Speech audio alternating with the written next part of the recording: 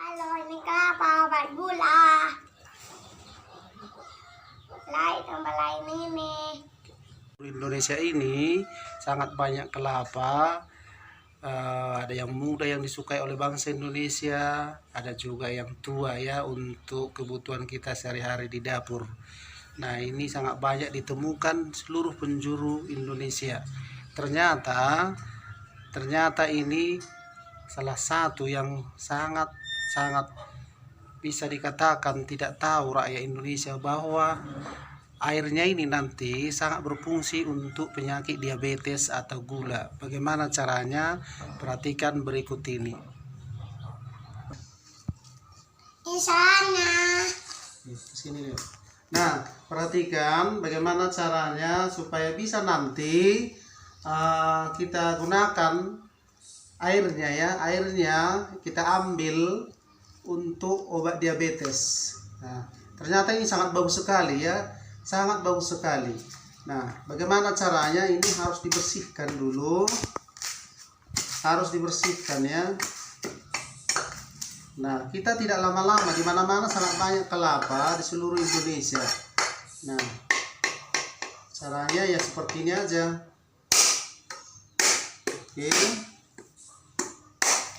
Oke. Nah, kita langsung menuangkan ke tempat yang sudah tersedia ya. Nah, oke. Jadi kalau sudah kita belah kelapanya ini, yang menjadi obat bukan kelapanya ini bisa kita gunakan untuk bumbu dapur ya. Itu jelas sekali itu. Rendang dan lain-lain itu jelas. Yang kita gunakan adalah airnya. Nah, yang kita gunakan adalah airnya. Nah, airnya inilah nanti akan kita gunakan. Bagaimana caranya? Silahkan ditonton ya. Oke. Silahkan ditonton, dilihat. Jangan lupa like ya, like. Oke, perhatikan ke sini. Nah, obat penyakit gula yang kita tahu selama ini dari dokter ya, dari dokter. Bagaimana caranya? Nah, banyak orang terlambat memang mengetahui dirinya kena diabetes. Apa itu diabetes itu? Itu sangat banyak sekali yang membuat orang sekarang meninggal ya, karena tidak mengenali ciri-ciri penyakit diabetes ini. Nah, yang muncul pada kehidupan kita. Semakin cepat diabetes dideteksi, semakin besar pula peluang untuk terhindar dari komplikasi diabetes yang berbahaya. Kita perlu penjelasan mengenai diabetes ini sekilas ya, biar jangan ada masalah, supaya kita lebih tahu ya. Penyebab itu, faktor penyebab diabetes itu yang kita tahu selama ini, yaitu salah satunya yaitu faktor riwayat keluarga atau keturunan. Jadi kalau ada keturunan yang mengidap penyakit diabetes atau penyakit gula, bisa juga keturunan tersebut kena. Yang selanjutnya faktor geografi. Nah, orang yang tinggal di daerah yang jauh dari garis khatulistiwa maksudnya ya, seperti negara Finlandia, nah berisiko kena diabetes tipe 1. Nah, itu jelas sekali ya. Baru faktor usia. Faktor usia atau kalau kita sudah semakin tua, nah ini paling banyak terdeteksi di antara anak-anak usia 4-7 tahun. Kemudian anak-anak usia 10-14 tahun. Nah itu juga. Lalu faktor pemicu lainnya, nah jangan kebanyakan kita meminum, mengkonsumsi susu sapi. Nah apalagi khusus anak-anak ya. Nah ini tidak cocok katanya ya. Nah jadi bagaimana sebenarnya ciri-ciri diabetes yang selama ini kita rasakan, yang perlu kita tahu mendeteksinya? Pertama itu berat badan berlebih atau obesitas. Nah, adakah di antara kita seperti itu ya? Lalu distribusi lemak perut yang tinggi. Nah, distribusi lemak yang tinggi. Lalu gaya hidup tidak aktif dan jarang olahraga. Nah, hati-hati ya kawan-kawan atau saudara yang penyakit gula. Kalau jarang olahraga, kita nggak keringatan, itu juga pemicu menjadi penyakit gula atau diabetes ya. Maka sering kita olahraga gitu. Baru riwayat penyakit diabetes itu dalam keluarga itu tadi sudah kita jelaskan. Nah, tambahan lagi mungkin ada ras kulit hitam, Hispanik dan lain-lain. Nah, itu juga bisa dikatakan ya. Lalu usia di atas 45 tahun, lalu walaupun tidak menutup kemungkinan dapat terjadi sebelum usia 45 tahun. Jadi ini juga, nah kita tahu ya anak-anak kan kenapa jarang dia olahraga. Saya ulangi ya, kenapa anak-anak itu sering olahraga lari-lari, kan jarang itu penyakit gula. Yang berusia lebih tuanya yang sering penyakit gula, lagi itu dia karena jarang olahraga. Lalu riwayat diabetes saat hamil mungkin bisa juga.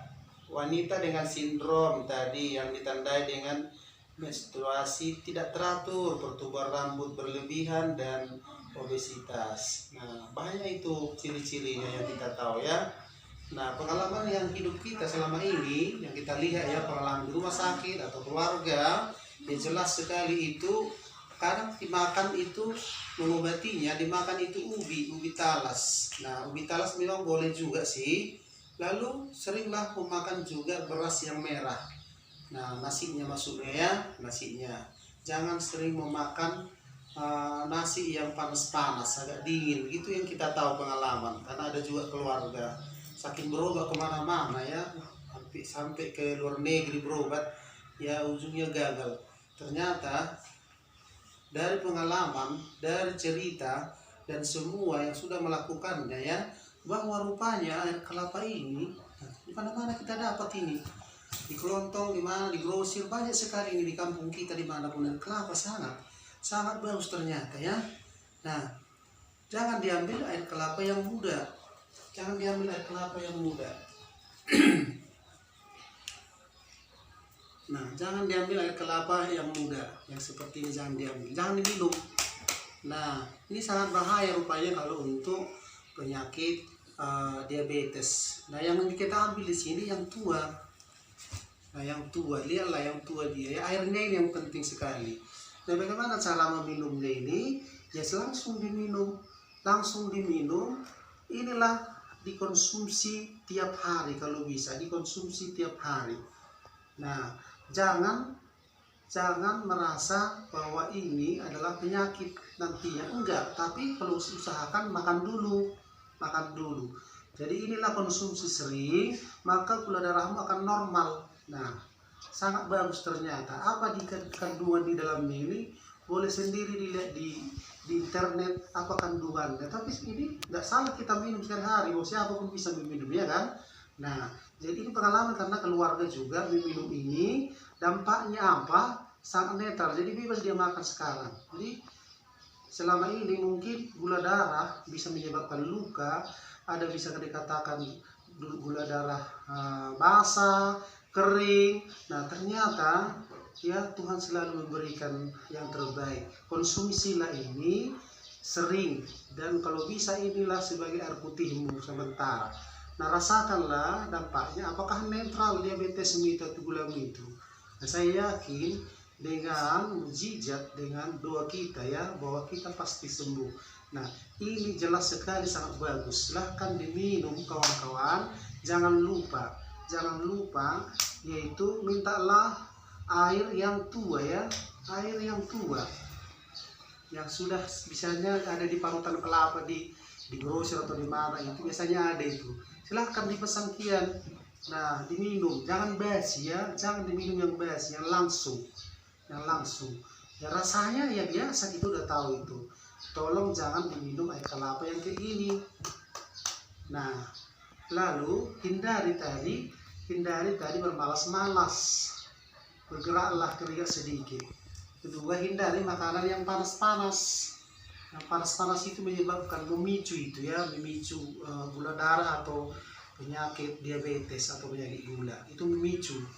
Nah, selanjutnya boleh juga dimakan ubi talas, itu boleh, tapi menetralkan sangat bagus untuk ini ya, sangat bagus.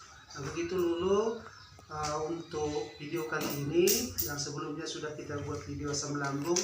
Jangan lupa subscribe ya, jangan lupa subscribe dan like, share supaya nanti semakin semangat kami menemukan obat-obat selanjutnya yang alami ya, yang alami, tidak ada yang tidak alami. Oke, sekian dan terima kasih.